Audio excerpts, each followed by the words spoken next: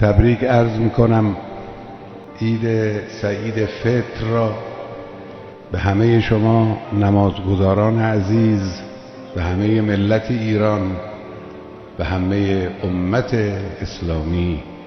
همچنانی که باید تبریک عرض کرد به همه آحاد مسلمان توفیق روزداری ماه رمضان و سربلند بیرون آمدن از این آزمایش الهی دارای فضیلت و موجب اهتزاز روح انسانی.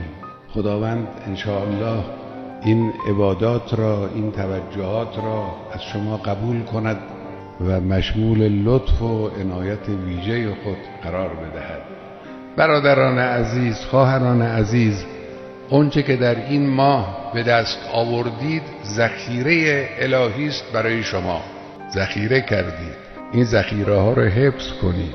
این ماه تمرین ریاضت بود، تمرین توجه به خدا بود. از این تمرین حد اکثر استفاده رو کنید. این ذخیره رو برای خودتون نگه دارید.